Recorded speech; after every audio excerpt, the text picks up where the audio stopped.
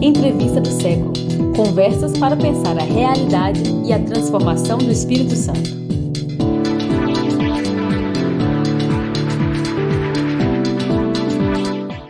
Olá, bem-vindo, bem-vinda, bem-vinde. Essa é mais uma entrevista do século, aqui direto do estúdio Rocket Filmes.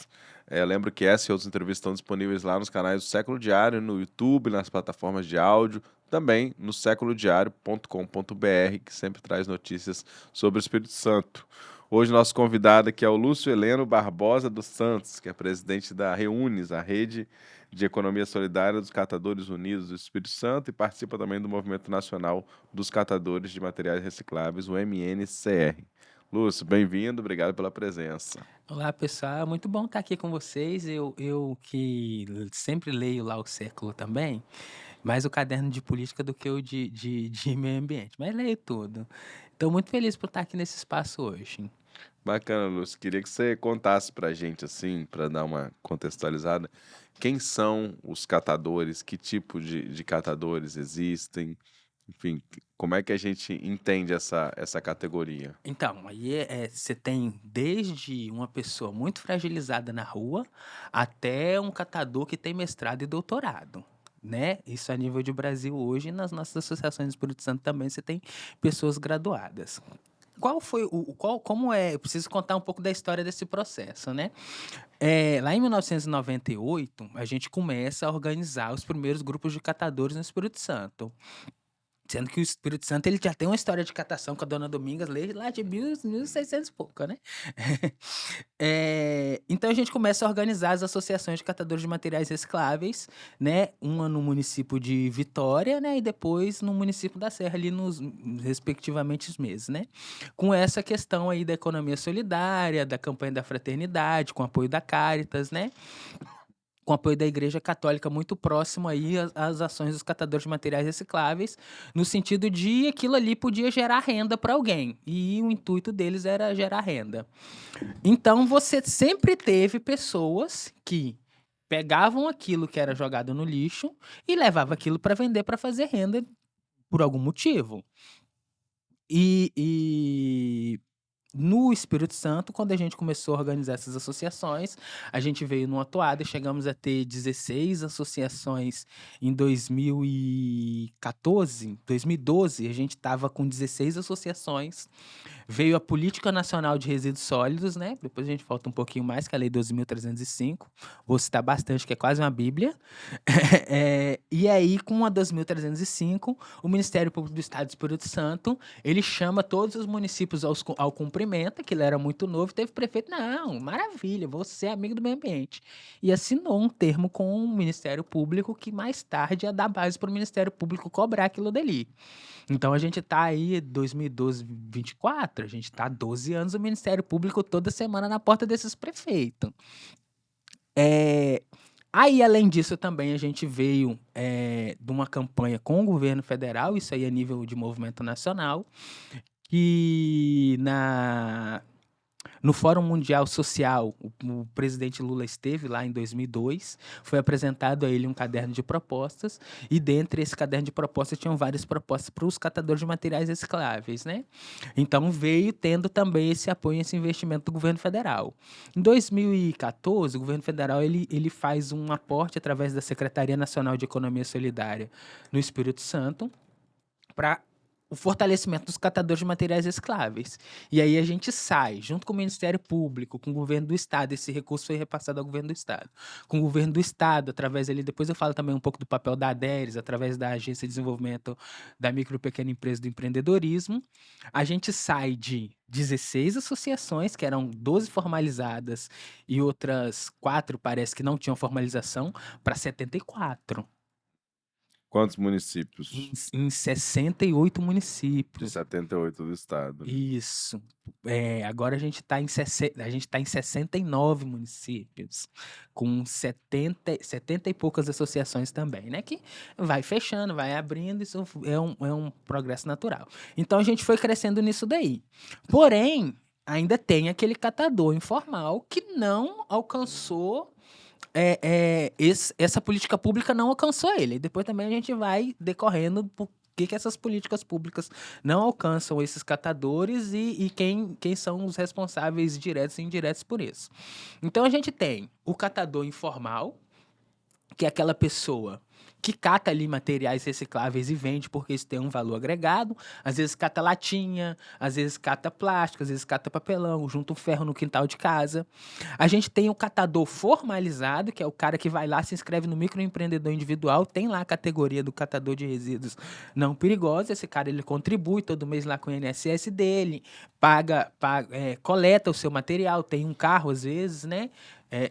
Tem muito isso, o catador que tem ali um veículo, uma picape. Tem os que tem tração manual também. E esse cara ele vai ali desenvolvendo a atividade dele de forma individual.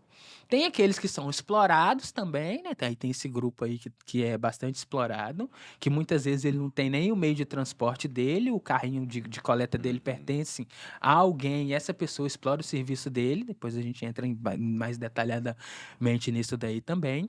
E tem aqueles catadores que entenderam que cada um sozinho não ia dar certo e comprou a ideia do movimento nacional de que a gente precisava se organizar para se fazer frente perante ao Estado e cobrar os direitos ali que a gente...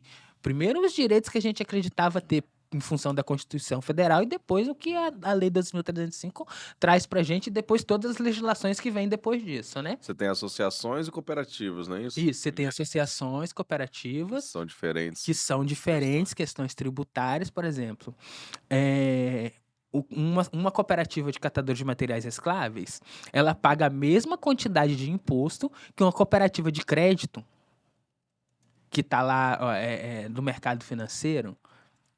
Ela paga a mesma quantidade de imposto que uma dessas grandes cooperativas aí de café ou de outras situações.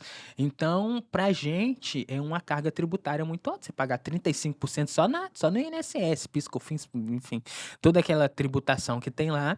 Então, no Estado do Espírito Santo, em função da Lei da Economia Solidária, a gente tem um regime diferenciado para os catadores de materiais recicláveis. Então, as associações, elas têm inscrição estadual, elas podem comercializar, e aí o único imposto que a gente paga é 5% de ISS, e os catadores contribuem lá com o INSS, alguns pagam de 5% a 12%. Então, a nossa contribuição é essa. Na venda do material não paga, porque o ICMS no Estado do Espírito Santo ele é dirimido, né? Ou seja, só vai ser pago lá quando ele for industrializado, não é o nosso processo. E a gente ainda está caminhando para um processo interestadual que você vai conseguir vender de Estado para Estado sem pagar o ICMS também. Isso é muito importante. Depois a gente entra na questão tributária. Tem bastante coisa para falar. O que eu falo com o pessoal é que resíduo é a pegada que o ser humano deixa. Então, tudo à sua volta tá ligado, todos os assuntos à sua volta vão estar ligados aos resíduos. Mas explica pra gente, só pra entender também um pouquinho qual que é esse percurso, assim, Do catador. Por exemplo, aí já pensando um pouco, né, tipo assim, como é que o catador, que material ele vai ter acesso, para onde esse material vai, como é que você faz a destinação correta. Pra gente entender um pouco também, assim, quais materiais, porque tem material que não é reciclável também, né? Tem uma gama aí de material que você olha e você fala... E eu digo, nos pontos de vista do consumidor, da consciência, aí também precisa entrar, não é só a consciência do consumidor, né, sozinho lá em casa, mas uma política pública que também possa inibir usos de materiais que não são recicláveis. Tem o reciclável e tem a reciclabilidade. O que é esse negocinho aí da reciclabilidade? Se tem um material que ele é reciclável, você pode reciclar ele, mas não tem nenhuma empresa que processa aquilo dali, que usa aquilo ali para nada, porque o material reciclável ele depende de alguém usar ele num segundo processo. Então, até janeiro desse ano, um clássico, bolo, você vai no mercado comprar bolo, vem lá a embalagem, aquela embalagem transparente por cima, aquela preta ou branca por baixo, né, que é a bandejinha dele. Até janeiro desse ano, isso não tinha comércio em lugar nenhum do país. Agora tem aqui no Espírito Santo, através de um estudo que a UFS fez e provou uma viabilidade técnica boa para a gente usar aquilo ali dentro de um processo que eu explico depois, né? De polímeros ali. Mas a nível de Brasil, esse material ele não é utilizado. Aí vamos, ó, batata chips, biscoito recheado, café, que é aquela embalagem brilhosa, que é o BOPP, né? Que é o tipo dela ali. Aquilo ali, ele tem uma reciclabilidade muito baixa. Embalagem de isopor. Embalagem, por exemplo, sacolinha de supermercado, ela passa por um processo que é complicado, porque tem o bioxodegradável, que não é biodegradável, é oxidegradável, ou seja, tem um componente químico ali que vai quebrar essa molécula até que você não consiga mais ver ela, mas ela tá ali. O microplástico. É um chama- microplástico, continua. ela existe, ela Vai tá pros ali. mares, pros oceanos. Ela tá ali, ela é quebrada numa tão pequena, tão pequena, tão pequena, que ali ela consegue entrar dentro da célula. Então a gente tá cheio de microplástico dentro da gente e essa política aí de sacolinha de oxidegradável. Tem a sacola que não é, só que você não consegue ali no processo de triagem verificar o que é o que não é, a não ser que você leia. Aí você imagina ali toneladas de materiais passando, você botar uma pessoa para ler o que é aquilo ali, se tá escrito oxidegradável na sacola. Geralmente você já tem uns mercados que você sabe que ali é. Então, esse você já vai tirando. Mas, no geral, quando você se depara com a sacolinha de mercado, que tem estampa de mercado, é lixo, independente se é oxidegradável ou não. Então, você tem esses materiais aí também que embora sejam recicláveis, não vão entrar no processo. Você tem embalagens que... A audiência aqui, eu acho que é a nível nacional, até internacional. Você tem embalagens que, fora do Espírito Santo, por exemplo, a embalagem de energética, preta, rosa, marrom, sei lá que cor, branca, iogurte branco. Isso não vai ser reciclado. Não vai. Se for de PET, não vai. Como é que você sabe que é de PET? Se aperta, se fizer um barulho clec, clec, clec, é PET. Se fizer PLOC, é PAD. Aí vai reciclar. Esses materiais eles não vão ser reciclados, embora sejam recicláveis. Então, quando você separa o resíduo na sua casa, você pode estar dentro de um processo igual Vitória, Serra, Vila Velha, Cariacica, Viana, né? A região metropolitana inteira como um todo e vários outros municípios têm esses processos de coleta seletiva. Que você coloca ali, isso vai chegar até uma associação, seja por uma coleta direta da associação ou por uma coleta do município, né? Isso vai chegar na associação, a gente vai fazer a separação e vai encaminhar cada qual para sua indústria. Esse é o trabalho do catador, encaminhar cada qual para sua indústria e é o papel que a legislação deu para ele, de protetor recebedor. Ele recebe isso, protege e encaminha ali para os diversos lugares. O catador que é informal, o que ele vai fazer? Ele vai sair pelas ruas, nos processos onde não tem, às vezes até onde tem coleta seletiva, vai rasgar o saco ali, vai identificar quais são os materiais de maior valor econômico, porque para ele tá ali para oferir renda. Então essa é a função, essa é a única missão dele, oferir renda para ele e para a família dele. O que não interessa, não gera renda, ele O que não gera renda, ele passa para lá. vai deixar lá. onde tá, né? Vai deixar lá onde está. Então vai pro aterro também. Então, o que ele busca ali? Ele busca embalagem de plástico PET, PAD, né, que são os produtos de limpeza. As embalagens de produtos de limpeza, elas têm um valor de mercado muito bom, né? O papelão, ele sofre uma variação muito grande, então no começo do ano os catadores nem coletam, porque não tem quem compre, né? Às vezes compra num valor muito baixo que não compensa ele coletar, e vai passando o final do ano, isso vai subindo de valor e aí eles voltam a coletar. Ferro, né? Metais, alumínio, cobre, e aí nos metais a gente tem os problemas de furto e por aí vai. Então, tem esses problemas sociais também. Você tem o catador, que ele é um catador formal, mas individual. Então, o que esse cara faz? Ele faz parceria com empresa, ele faz parceria com condomínio, ele coleta no condomínio, ele coleta na empresa. Ele já tem um processo ali de coleta dele, ele tem um veículo para fazer isso. Ele vê ali uma forma de empreender e ganhar, e gerar renda através disso também. E aí, no que ele vai? Também nessa mesma linha do catador que é informal, aquilo que tem maior valor agregado para ele. Qual é a nossa luta no momento? É que isso é um serviço, isso precisa ser pago. Uhum. Porque no caso aí do catador organizado, as associações cooperativas já recebem, quer dizer, recebe todo o material, né? Separado para reciclagem. Só as associações cooperativas, elas são um instrumento da Política Nacional de Resíduos Sólidos, que é tripartite. A Política Nacional de Resíduos Sólidos, ela traz o seguinte, isso é até 4, né? Que lá no artigo 39 ele traz o quarto poder aí para brincadeira, mas ele traz, é responsabilidade da população fazer a separação adequada e entregar isso de forma adequada para o protetor recebedor, que vai ser o município, que ele é responsável por coletar e levar isso até as associações de catadores ou até o destino final que ele fizer ali dentro do processo dele, aí ele pode escolher? Não pode. A lei ela é bem A lei, clara, ela né? é bem clara, mas tem gente que acha que Porque pode. uma coisa fundamental da lei é o protagonismo dos catadores, não é isso? Isso A tá. coisa fundamental da lei, lá no artigo 6º, é o princípio. Reconhece o resíduo sólido reciclável como bem social, gerador de riqueza, de trabalho e renda. Isso dá personalidade jurídica para o resíduo no Brasil. O que significa? A partir da Lei 2.305, o que as pessoas chamavam de lixo, que passa a se chamar resíduo reciclável, ele não é mera coisa que você joga em qualquer lugar. Aquilo tem uma função para o Estado brasileiro. Gerar renda e riqueza. E aí depois ele diz lá para quem que é para gerar essa renda, essa riqueza. Ele fala, ó, catadores, organizações de catadores de materiais recicláveis de baixa renda, cadastrados no Cade Único, por aí vai. Ele vai detalhando. E aí depois ele começa a instruir quais são as ações e quais são os responsáveis por cada uma daquelas ações. Então é lei muito didática no sentido de dizer o que é o resíduo no Brasil.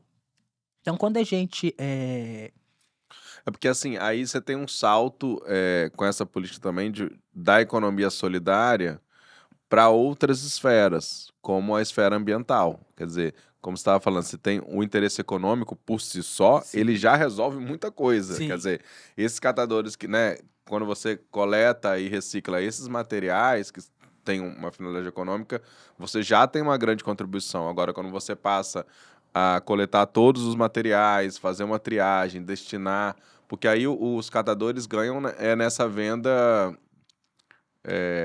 para uma empresa, geralmente. Isso é um pensamento não mais moderno. O que acontece?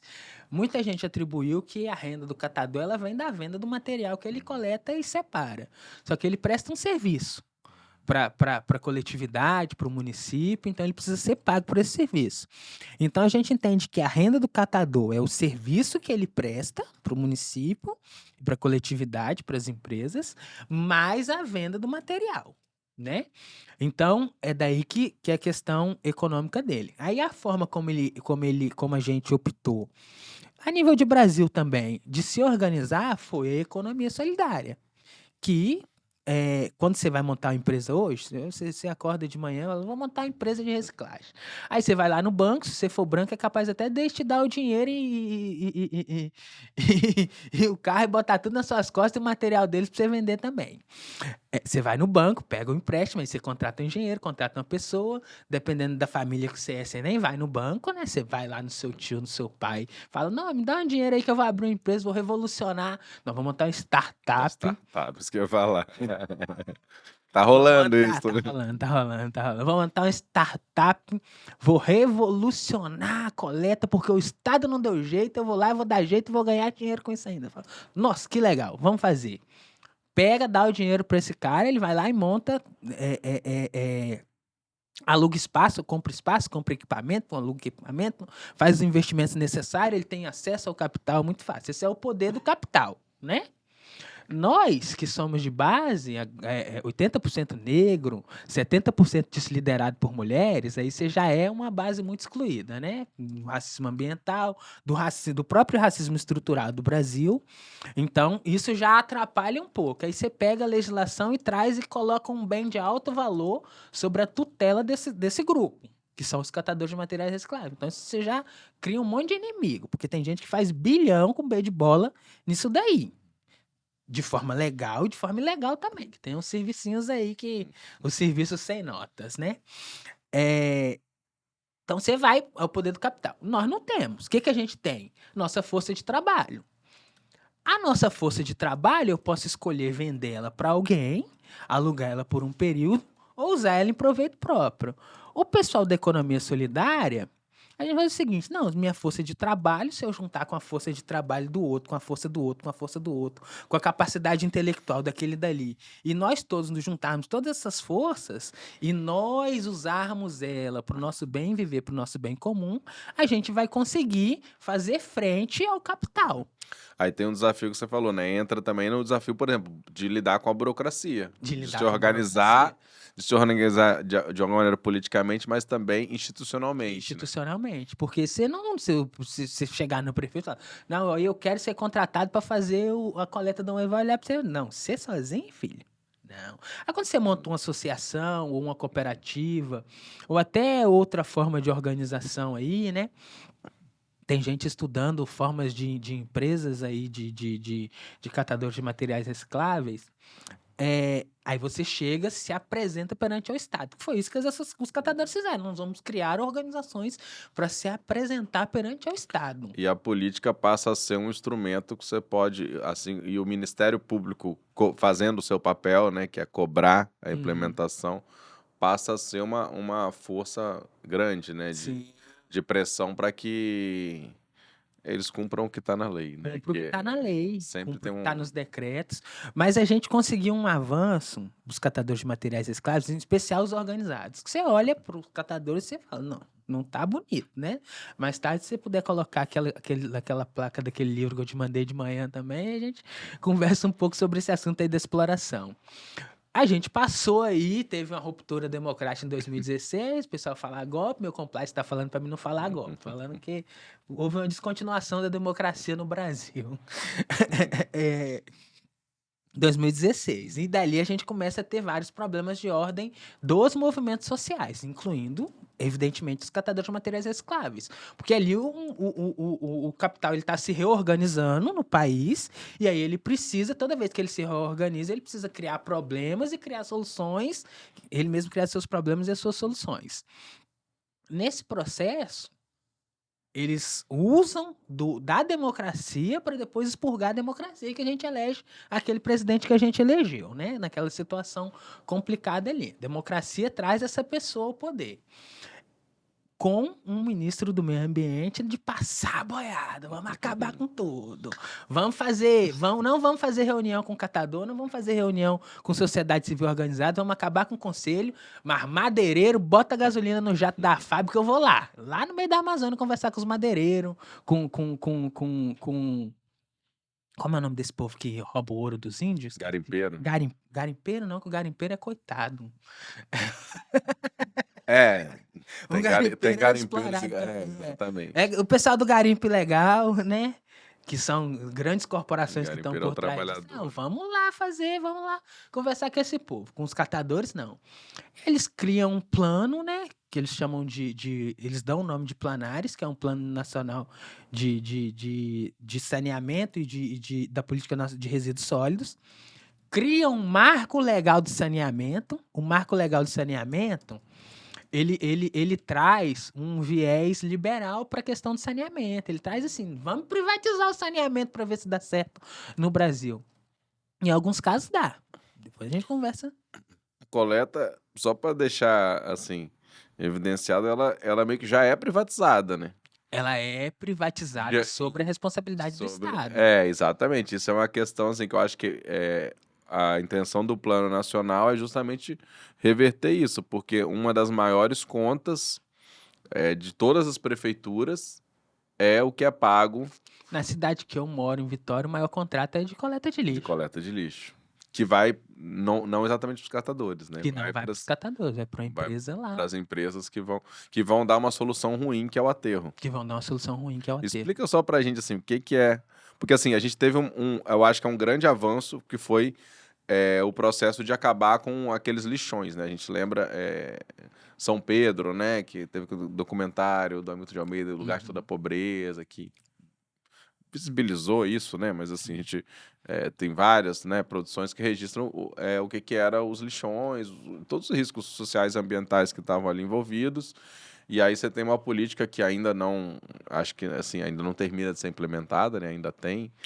Mas você tem um avanço na diminuição disso para fazer os aterros sanitários que tem talvez aí um nível mais, uma redução desse impacto socioambiental, vamos dizer assim, mas não é a melhor solução ainda. Não é Quer dizer, aterro não é uma boa solução Não, de nunca destino. foi. É uma solução provisória.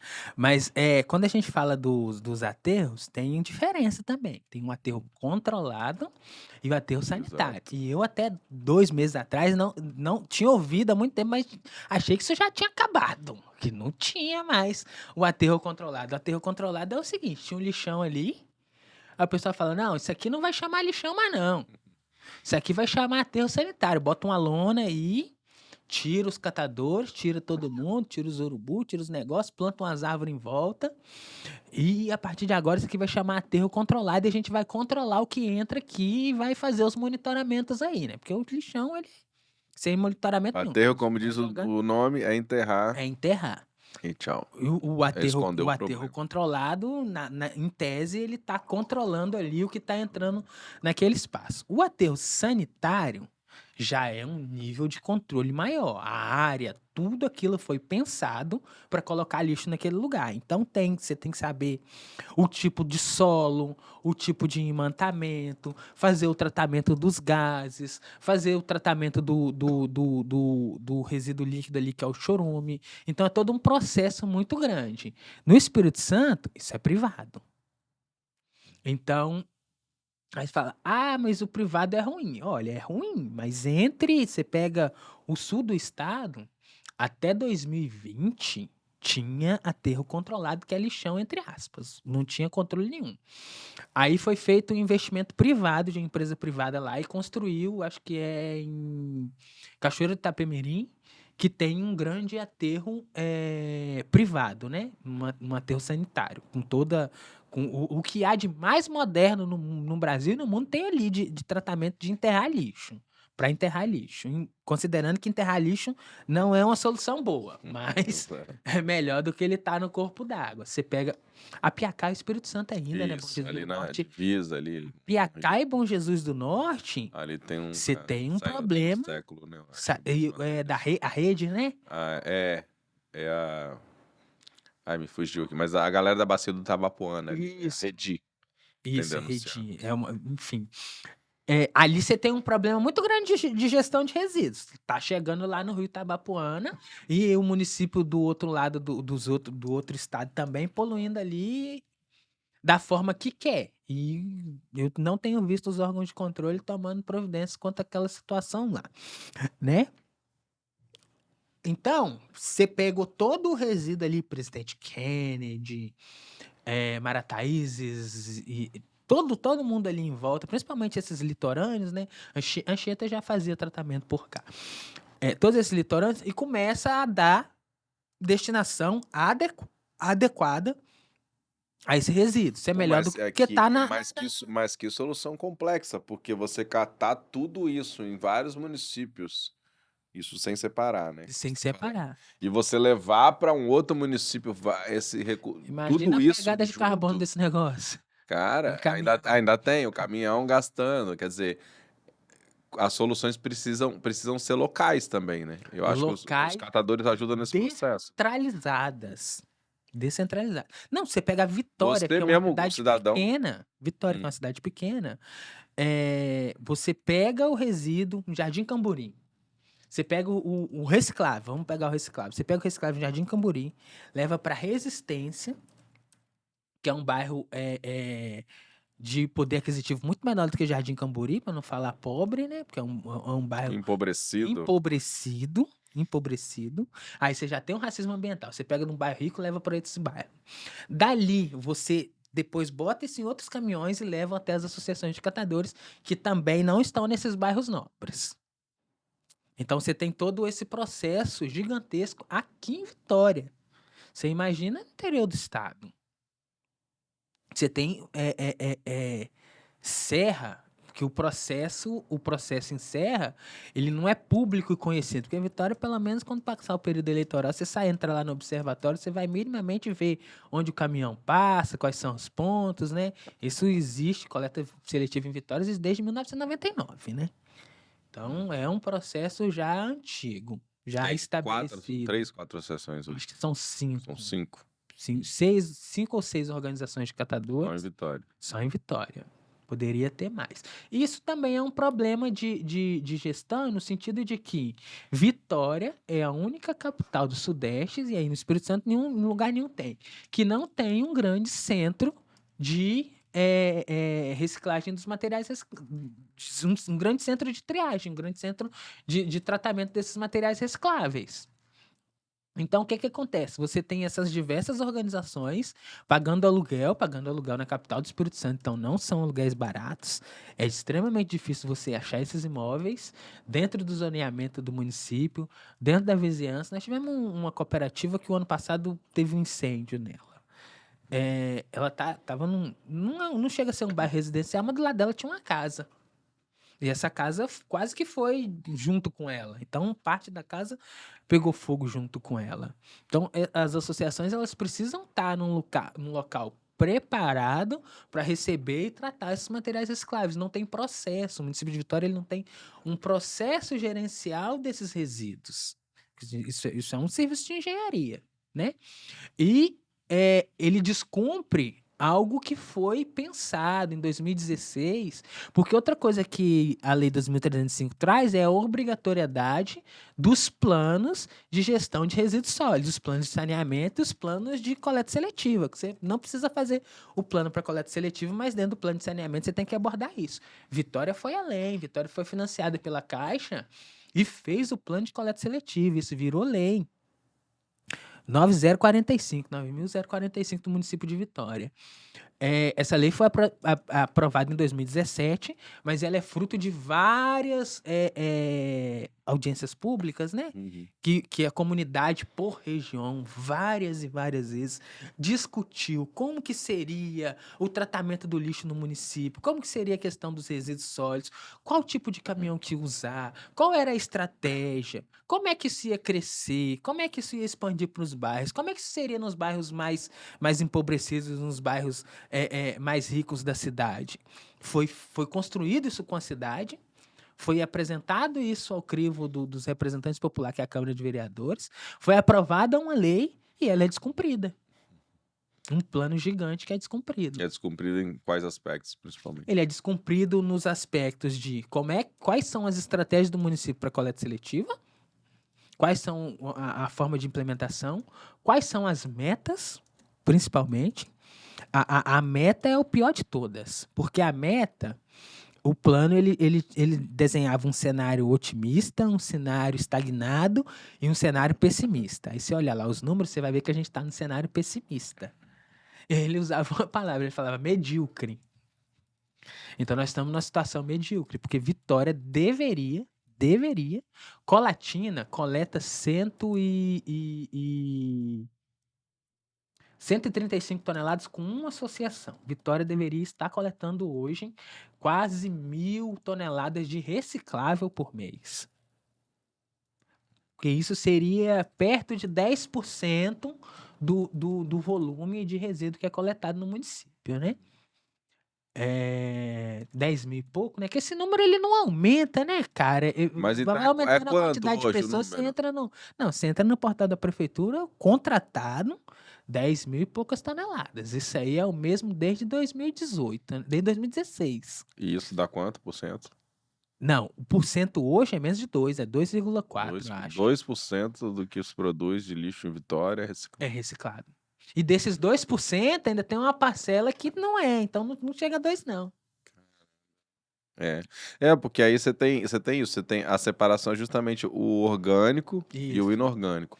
Eu vou ressaltar aqui que é mais ou menos metade, né? Assim, pouco para mais, pouco para O menos. orgânico... É. O pelo que eu disse. orgânico, ele representa quase mais da metade. Mais da metade, né?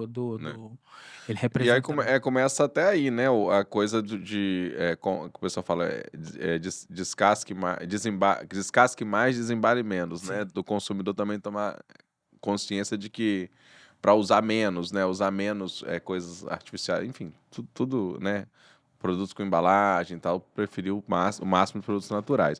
Mas aí você já tem essa destinação, vou começar aqui, o orgânico já vai para o aterro também. Sim. Poderia virar adubo, poderia ter um processo de compostagem e tal. Adubo, energia, um monte de coisa. Enfim, um monte de coisa, energia, biogás, não sei o que lá. Isso já é desperdiçado. Do ponto de vista, então, do material reciclável, estamos falando de uma quantidade ínfima, né? Porque Sim, porque tá falando de é uma 2%. comparação. Não, hoje menos que 2%, desse 2%, dos, parece os cálculos tadinho, mas vamos lá. Dos 2%, 49% as pessoas erraram. Tem que devolver para a prefeitura. Então não é 2, nem chega a 2,5%, não. Aí tem lance da pessoa, quer dizer, se você não tiver uma política de educação para esse processo também, você acaba dando nisso, né? Sim. E aí já ouvi vocês falando assim, em eventos que, por exemplo, esses negócios da prefeitura, nos bairros, né, que inclusive diminuiu, né, o número de coletores, eles têm muito, né, eles ficam lá no meio da rua, mas se você não tem um processo de educação ambiental, muita gente joga um cocô de cachorro ali, joga qualquer coisa lá que pode fazer, assim, perder tudo. Então, você tem um baixo aproveitamento, né? Exatamente. Eu fiz um pedido de lei de acesso à informação. Qualquer cidadão pode fazer, a prefeitura tem 20 dias para responder. Agora eles estão com a mania de que tem coisa que não se responde pela lei de acesso à informação. Só nessa gestão aí. Porque nas outras sempre responderam, né? Que você não pode colocar o servidor para processar dados que ele já não tenha processado. Mentira, pô. Se eu preciso da informação, não está Obrigado. processado, ele tem que me dar, ele tem que dar os pulos dele lá. Primeiro que ele deveria ter isso. O que eu pedi? Porque as pessoas abordam a gente enquanto associação e acham que é nossa responsabilidade aqueles pontos que ficam na rua, porque que o caminhão não está passando na porta dela, é um monte de coisa. E muitas pessoas falando que tem diminuído, é uma percepção da população de que tem diminuído, e a prefeitura, não, eles não diminuíram, não, eles mudaram de lugar porque eles foram para outros lugares mais estratégicos. Aí eu te pergunto, da cabeça de quem que saiu isso? Que ele tinha que sair daqui para vir para cá? Da cabeça de quem? Qual foi a metodologia que foi. Porque o pessoal acha que a gente está batendo na gestão. Não, fazendo uma crítica de um negócio que é serviço de engenharia. Quantos engenheiros tem lá na equipe pensando, desse PEV saiu dessa esquina, foi para outra esquina, por quê? Aumentou a quantidade de resíduo naquela esquina? Diminuiu aqui? Tá, onde estava? A pergunta que eu fiz foi: aonde estavam os PEVs e para onde eles foram? A resposta foi: a gente não guarda registro de onde eles estavam. Se você não sabe onde eles estavam, qual a estratégia que você usou para tirar eles de lá? Quantos tem? Aumentou quanto? Diminuiu quanto? Alguns foram danificados, tacaram fogo. Quantos? A população precisa saber quantos. Quantos foram vandalizados ao ponto de não existirem mais e por que o município não comprou mais? Quais foram as medidas que o município adotou para punição dessas pessoas, desses grupos que vandalizam mesmo, tá? Agora, Vitória fez um negócio sensacional, tem que colocar, que é aquelas lixeirinhas laranja, que é de ferro ali, a pessoa pode tacar fogo ali, porque o pessoal taca fogo em lixeira. Aquelas de plástico. As de plástico ia de arrasta para cima. Mas aí você tem também essa coleta, por exemplo, nos condomínios, que eu acho Que é que o ela é porta a mais porta. porta a porta, né? Que aí você tem tanto a prefeitura coletando com seus caminhões e você tem a Você tem associação as associações diretamente, né? diretamente. Que É é, um ato que de é a melhor. rebeldia, né? Isso eu ia perguntar, essa é a melhor opção? É a melhor opção. Eu vou te dar um exemplo. Aí o pessoal fala, é bairro nobre. Não é porque é bairro nobre. Ilha do Frade. A gente coleta na Ilha do Frade. Percentual de aproveitamento: 98% do que a gente coleta na Ilha do Frade a gente reaproveita. Então é um percentual muito alto, já que da Prefeitura de Vitória a gente aproveita os dados dela mesmo declarado no CNI 2021, que 49% era rejeito da parcela reciclável. Então, 49, 51%. 51% para 98%. Isso é um pulo muito grande. Aí você tem outra situação ali. É um contato direto da associação com a população. Aí a pessoa não coloca aquilo na conta do serviço público do pagador de imposto, porque um problema que a gente tem com o resíduo é o seguinte: da pessoa jogar o resíduo na rua, pararam de diminuir. A educação ambiental tem parado com aquela frase clichê e o politicamente correto também. Vou jogar para dar serviço pro gari, né? A gente ouviu isso muitos anos, tem ouvido menos, né? Ouço menos isso daí.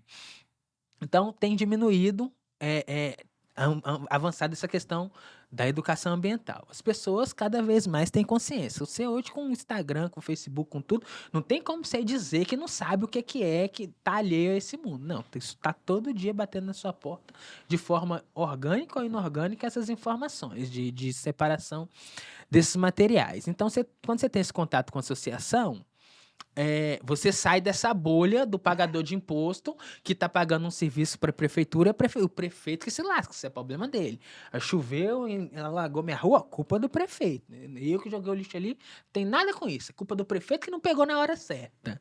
Eu não olhei o horário que o caminhão do lixo passa na minha rua, botei depois do horário, culpa do prefeito. Mas essa informação também, assim, ela é pouco disponível, né? Assim, você tem que ir lá no site, tipo, você não tem uma política de falar, ó, de reforçar isso. Se alguém se mudou para Vitória, cara, você vai ter que sair tentando entender, perguntando. É porque eu não tenho assistido mais, mas antigamente a gente via na televisão as propagandas do município. O município de Vitória tá fazendo isso, isso, aquilo, outro. A presença nas redes sociais, né? Você tem contratos de publicidade. O que o município...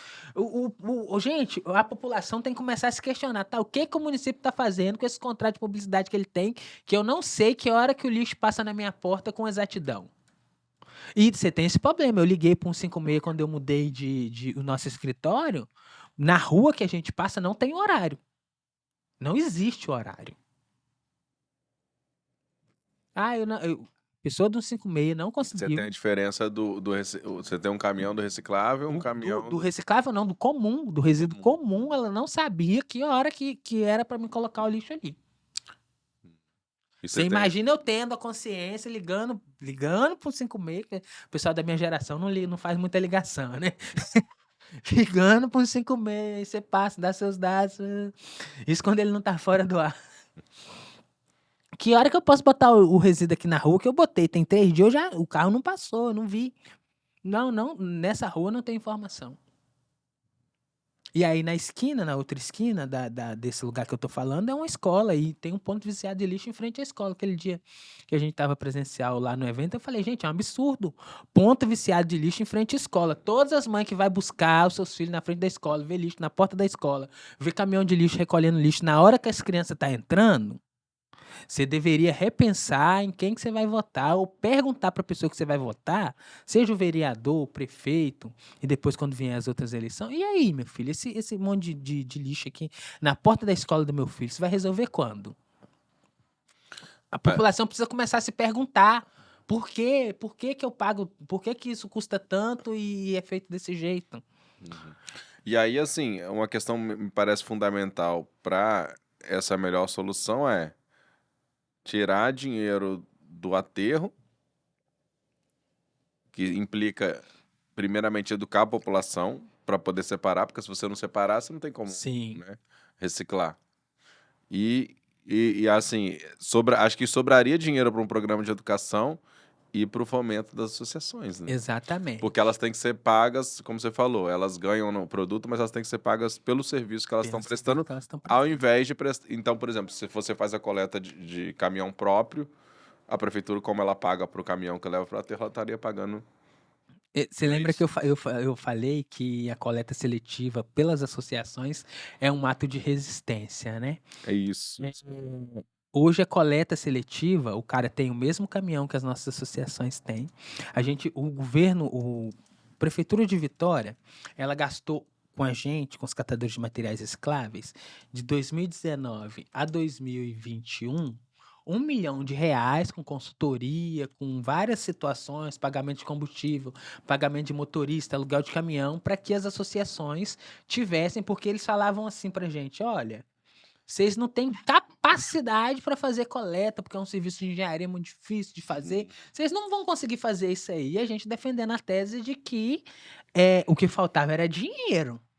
Aí nessa tese, nessa briga, falta dinheiro, não falta, a gente conseguiu no Fundo Municipal de Defesa do Consumidor emplacar a ideia de que era um direito do consumidor saber o que acontecia com as embalagens dele. E tinha um artigo na lei que faz o fundo que dizia disso sobre o consumo consciente, sobre essas relações de consumo das questões das embalagens. Nisso aí a gente conseguiu um recurso e a ideia era, nós vamos fazer a coleta aqui nesses bairros aqui de forma assistida, vamos contratar uma consultoria, vamos fazer relatórios, vamos mostrar que dá certo. Aí a gente fez, saiu várias reportagens. Tem um áudio do prefeito agradecendo, tá? Do ano anterior. Agradecendo que subiu a quantidade de resíduos coletados, que quando teve a greve dos garis, o reciclável continuou sendo coletado pelas associações, porque era um serviço nosso à parte ali. Isso foi acontecendo. Depois de um tempo, jogou-se tudo isso que estava sendo construído no lixo. A gente apresentou uma proposta de contrato para a Prefeitura de Vitória, um acompanhamento do Ministério Público do Trabalho, né? Inclusive agora a própria Justiça do Trabalho, os Tribunais Superiores do Trabalho estão entendendo que a questão dos catadores de materiais recicláveis é uma relação de Justiça do Trabalho, que a Justiça do Trabalho é competente. Isso é uma vitória muito grande do movimento. A Justiça do Trabalho é competente para julgar essas matérias e ela tem feito o papel dela, tanto o Ministério Público do Trabalho quanto os desembargadores bastante envolvidos nessa situação. Enfim, apresentando essa proposta à Prefeitura de Vitória, tivemos ali várias situações, valores altos, não sei o quê, que o valor da proposta está bem parecido com o valor da empresa, que vocês fizeram o cálculo de trás para frente, várias vezes representando o cálculo que não era das associações, tá? Foi contratado uma empresa para fazer aquilo, depois foi usado um modelo que era do próprio, depois eu vou falar, tem o Fórum Capixaba de Resíduos, que é uma junção de vários órgãos, né, que discute essa questão dos catadores, com a participação dos catadores, que discute isso. E aí o Estado falou, não, eu vou ajudar nisso daí também, vou dar 2 caminhões, não sei o quê, vai diminuir o custo. O Estado deu os caminhões para as associações. O governo do Estado deu os caminhões para as associações de catadores de materiais recicláveis. O município seguiu com o processo, 4 anos sem licitação, gastou quase meio bilhão de reais, 500 e poucos milhões de reais, sem licitação. Depois fez uma licitação de uma forma que impossibilita a concorrência, né? Isso é alvo de ação lá no Tribunal de Contas. Eu espero que, passado o período eleitoral, a gente consiga voltar essa discussão dentro do Tribunal de Contas. E a gente não conseguiu ainda o contrato das associações de catadores. Só que a empresa que faz o mesmo serviço, que é ir coletar na sua porta, coleta mal, coleta um resíduo que a maioria das vezes não dá para aproveitar, ela recebe, o contrato dela é de quase 50 milhões, cara. 50 milhões só a parte do reciclável. Só a parte Só a parte do reciclável. E as associações que conseguem desenvolver o mesmo trabalho comprovado, com método científico, com várias teses da Universidade Federal do Espírito Santo, do Instituto Federal do Espírito Santo, dizendo que o trabalho das associações é mais eficiente, é mais barato, tem uma receptividade melhor pela população, e ainda assim eles insistem em fazer com essas empresas, pagando esses valores aí para elas, né? Aí você falou em 50 milhões, 50 milhões só o reciclável. só o reciclável. Aí, E para você, e para os catadores foi 1 milhão em 3 Em anos. 3 anos. 3 anos. E aí agora a gente tem um contrato de destinação com a prefeitura, acho que a gente recebe 20, o contrato é 26, mas nunca chega a isso não. 23, cada associação recebe 23 mil reais para fazer a destinação dos recicláveis. Aí paga mais de 10 mil de aluguel. Aí paga a luz, paga os custos ali. O município de Vitória, ele é o único que não remunera os catadores pela triagem do material. O catador não recebe nem um centavo do município por esse serviço. É o único da região metropolitana que é assim.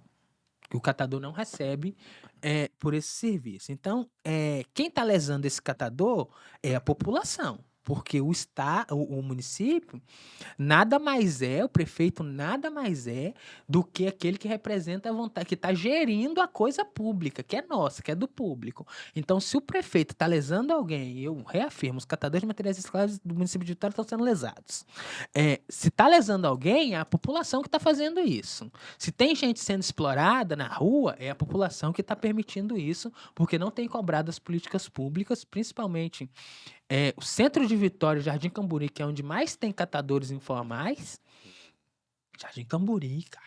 onde mais tem catador informal, e as pessoas não estão cobrando políticas públicas efetivas para tirar essas pessoas dali ou para dar condição de trabalho melhor para elas. Só falando em valores, só para concluir, e também da questão da educação ambiental, quem andou por Vitória viu aí uns outdoors há um tempo atrás, acho que final do ano passado, começo desse ano. Plano de 1 bi do prefeito, né? Do prefeito prefeito atual. 1 bi que ele economizou, 1 bilhão de reais, com B de bola. Que ele economizou e está investindo na cidade. Sabe quanto que a gente vai gastar para enterrar resíduo nos próximos 1 ano? E não tem outdoor explicando as pessoas por coleta seletiva. 1 bi. 1 bilhão de reais. E essa conta vai ser paga, não vai ser paga por você na forma de pagador de imposto. Você já vai pagar isso daí. Não.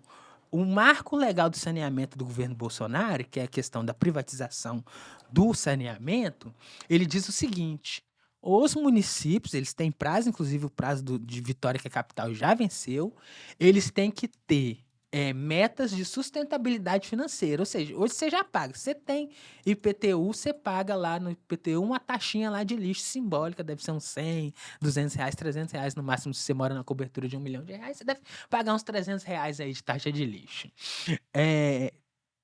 Você paga lá um tanto lá, né? Isso não é suficiente, isso é perto de 26%, a arrecadação disso é perto de 26% do que o município paga, né, com isso. O município ele tem que chegar numa arrecadação de perto de 80% desse valor. Como é que ele tem que fazer isso? Ele tem que instituir a taxa, e essa taxa ela tem que ser individualizada do orçamento geral do município. Isso é o que diz o Marco Legal de Saneamento. Quem não fizer isso, o prefeito que não fizer isso, vai estar incorrendo em improbidade administrativa. E a gente está com um corpo jurídico bom aí para cobrar essas improbidades. Depois a gente fala da atuação que a gente vai ter em advocacy. Então ele precisa transferir esse custo para você de forma individual, porque o município não pode pegar o seu lixo. Só pode de pessoas muito carentes, né? Que a gente sabe qual é a realidade. São poucos bairros ali que você vai ter coleta de graça. Então, o modelo que é mais caro que a prefeitura adotou, em 1 ano, 1 ano e meio, ele vai ser transferido para você. Você vai ter que pagar ele. Isso é independente do prefeito que está aí ganhar ou de que seja outro, você vai pagar. Você vai ter que pagar isso de forma individualizada. Você sabe, todo mundo que ganhou escritura e tal, projeto fundiário, agora você está na lista do pagador de imposto, tá? Você vai pagar a taxa de lixo, não vai ser barato. Você sabe por que o prefeito vai fazer isso? Porque está na lei, legislação federal, não tem para onde correr. Você sabe qual foi o erro? Foi não discutir com a sociedade qual era a melhor forma da gente fazer isso. Então, a sociedade, tanto do município de Vitória, quanto município de Vila Velha, município de Serra, de Cariacica, ainda tem tempo. Né? Porque eles estão ali o contrato do município de Serra vai tá ali para acabar. Vila Velha está em dispensa de licitação, ou seja, sem licitação, precisa fazer um processo licitatório. Ele tem oportunidade, Vila Velha tem oportunidade de conversar com a sociedade, fizeram o plano de saneamento agora recentemente, teve audiências públicas. Espero que a sociedade tenha sido alertada sobre isso, quais são as melhores formas.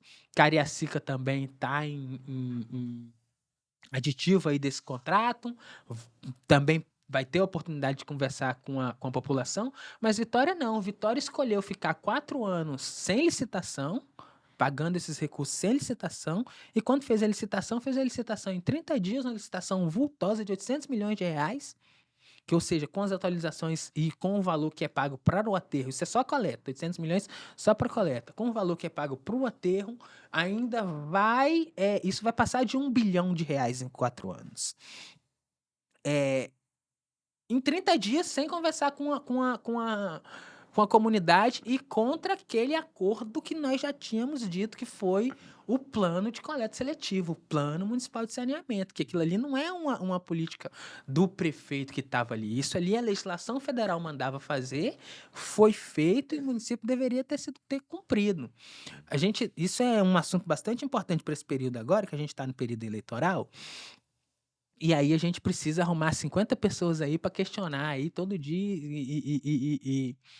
e focar nesse número para todo dia 50 pessoas questionar o seu vereador, o seu candidato a prefeito.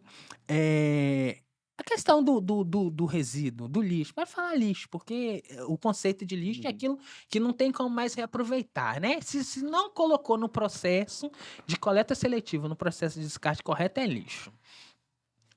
A questão do lixo, como é que vai ficar? Vamos começar a discutir isso com os candidatos e chamar, porque eu, com toda certeza, conheço muitos dos atuais vereadores que estão aí eleitos e atuando lá na Câmara de Vereadores, eles foram omissos. Eles foram omissos para a questão da gestão dos resíduos do município. Onde é que você vê um contrato de 800 milhões e ninguém fala, ei, 800 milhões é muito dinheiro. O que está acontecendo? Por que ninguém propôs de todos, estou falando todos, por que até teve audiências públicas para discutir isso, né? Mas por que não houve proposição de discussões mais aprofundadas com a sociedade, já que a gente entende que a Câmara de Vereadores é a representação da sociedade para fiscalizar a execução do poder público? Por que com esse valor gigantesco que a gente paga, tem lixo na rua? Por que tem lixo na rua? Pois é. Ô, Lúcio, queria Se não é o problema. só para já chegar no final aqui do nosso tempo, mas um tema importante que você falasse brevemente sobre a questão das mudanças climáticas, que é um assunto que está super em pauta, e como é que a questão dos resíduos e dos catadores entra nesse processo. Então, é um lugar que você imagina também que vão ter muitos investimentos, né? Mas como você acabou de falar, a gente tem casos e casos de que os investimentos não são corretos, né? Não são no caminho da justiça socioambiental, que é o que a gente discute, né? Então, aí a gente vai ter que entrar em assuntos bem complexos, que são racismo ambiental e racismo estrutural. Porque a política de resíduos no Brasil não dá certo. Não dá certo porque precisa passar por um grupo que são os catadores de materiais recicláveis, 80% deles são pessoas negras. Então, daí que vem o não funcionamento disso. Porque as pessoas brancas no poder não querem que as pessoas negras que estão trabalhando na base tenham qualquer tipo de avanço socioeconômico. É isso. Aí tem a questão do racismo ambiental. Em quais bairros que estão esses aterros? Em quais bairros que esse resíduo é tratado? Quais são os bairros que não tem coleta seletiva em Vitória? Quais são os bairros que não tem coleta seletiva na Serra? Quais são os bairros que não tem coleta seletiva em Vila Velha? Que são os municípios ricos aí. Quais são os bairros que não tem coleta seletiva em Guarapari? Quais são os bairros que não tem coleta seletiva em Aracruz? E quais são os que têm? Então, na questão das mudanças climáticas, né, propriamente dita aí dentro da sua pergunta, o que acontece? Há um entendimento global de que as mudanças climáticas são reais. Quando eu entrei, eu falei isso. 2 frases para mim falar aqui hoje. As mudanças climáticas são reais e o capitalismo mata.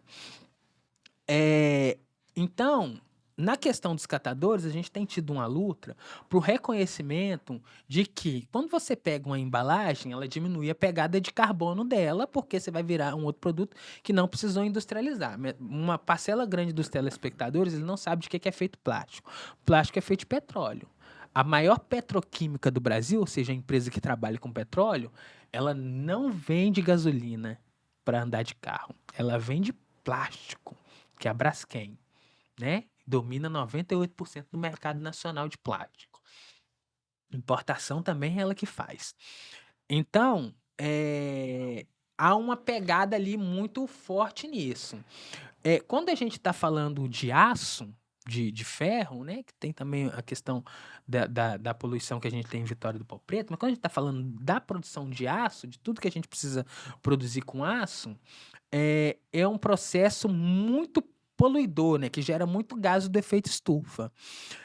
Na COP26, houve um acordo ali entre várias empresas para diminuir a pegada do setor dos transportes, setor do aço e outros 2 setores, né? Só essa turminha aí desses 4 setores, 40% dos gases de efeito estufa. De 7 a 8% de gases de efeito estufa são da produção de aço. Então, como é que o pessoal falou, como é que nós vamos diminuir isso? Vamos parar de diminuir esse processo que a gente tem, que é poluidor, e vamos apostar na reciclagem do aço. Como que funciona essa questão da reciclagem do aço? Eles passam um arco elétrico nessas embalagens que a gente tem, que a gente encaminha. Quando a gente está falando de reciclagem de aço, as pessoas acham que é ferro velho, que é um negócio muito distante, geladeira, micro-ondas. Não, querido. Latinha de atum, latinha de comida de cachorro, de leite das crianças. A lata de leite é de aço. Óleo não mais, né? Sardinha. Então, vários produtos que você tem na sua casa, a gente está falando dessas embalagens que vão lá para o processo e vão diminuir essa questão da pegada de carbono. Aí, nessa questão da pegada de carbono, a gente tem os créditos de carbono, né? Que é um mercado também ali trilionário, que mais uma vez é o capital, né? Criando os problemas e tentando vender a solução. Tem uma professora, eu acho que ela trabalha na prefeitura de Vitória ainda, professora da FDV, que é a Flávia, doutora Flávia Machiori, que ela faz uma síntese de uma tese que chama o Cisne Verde. Essa tese do Cisne Verde é o seguinte: as mudanças climáticas, elas vão trazer prejuízo muito grande para as corporações. E eles conseguem medir esses prejuízos. Seguro, imobiliário, agronegócio. Agora o agronegócio está preocupado com as mudanças climáticas. Claro que ele tá perdendo a lavoura. Seca histórica em um lugar e chuva em outro, carregando tudo. Agora ele está preocupado. Então eles começam a detalhar os custos quais vão ser as percas para essas grandes famílias aí que estão no poder. Aí, a questão das mudanças climáticas, eu tava discutindo uma tese bem engraçada, que é o seguinte: se continuar do jeito que tá, a gente vai chegar num estado de calamidade total. Quando a gente está no estado de calamidade total, qual é a probabilidade dessas pessoas que regem o capital, pessoas ricas e brancas, continuarem no topo? Se a gente está no período de escassez total. Você imagina aquele monte de gente porque no Rio Grande do Sul, ali atingiu todo mundo. Quem era rico, quem era pobre, desembargador, todo mundo. Mas vamos observar uma parcela muito pobre da sociedade que perdeu tudo. E aí você olha para os condomínios de luxo e fala: esse povo não perdeu nada. E mesmo perdeu tudo, todo mundo é diferente, né? Perdeu tudo, todo mundo é diferente. Não. Vai se reconstruir. Mais ainda, tem gente que perdeu o nome. As pessoas trans perderam o nome, porque quando você perde a identidade, você perde o direito a tudo. Elas perderam o nome, elas perderam a dignidade, elas perderam tudo, literalmente. E até as que morreram foram enterradas sem o nome que elas tinham, o nome social dela. Não tem direito nem ao nome na lápide. Então essa pessoa perdeu tudo quanto é rastro de dignidade por causa das mudanças climáticas. Então, nesse período de escassez que as mudanças climáticas podem causar, né, e vão causar se a gente não reorganizar essa rota, há uma possibilidade muito grande de nós, classe trabalhadora, olharmos e falar: não, isso está errado e a gente vai mudar isso. Vamos, já que ninguém tem nada, vai ficar todo mundo sem nada. Então, o pessoal, como sempre, não quer que isso aconteça. Então, aparecem essas empresas, né? Vou dar um exemplo.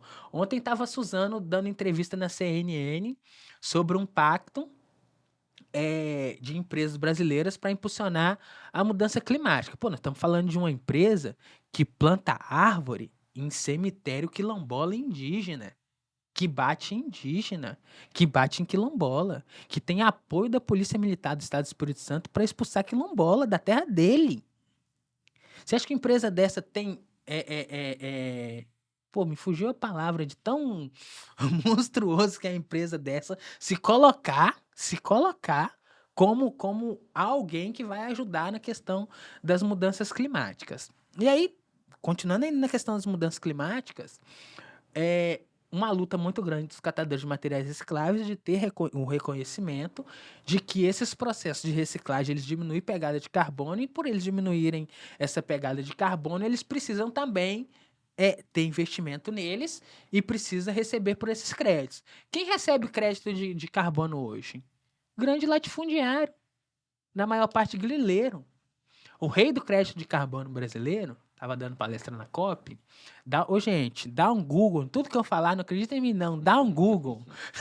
Pesquisa que vocês vão ver. Se pesquisar, rei do crédito de carbono brasileiro. O cara tava vendendo crédito de carbono de área da União, de terra indígena, que ele invadiu, que ele falsificou documentos. O que vai acontecer com as empresas que compraram ou com quem certificou aquele crédito?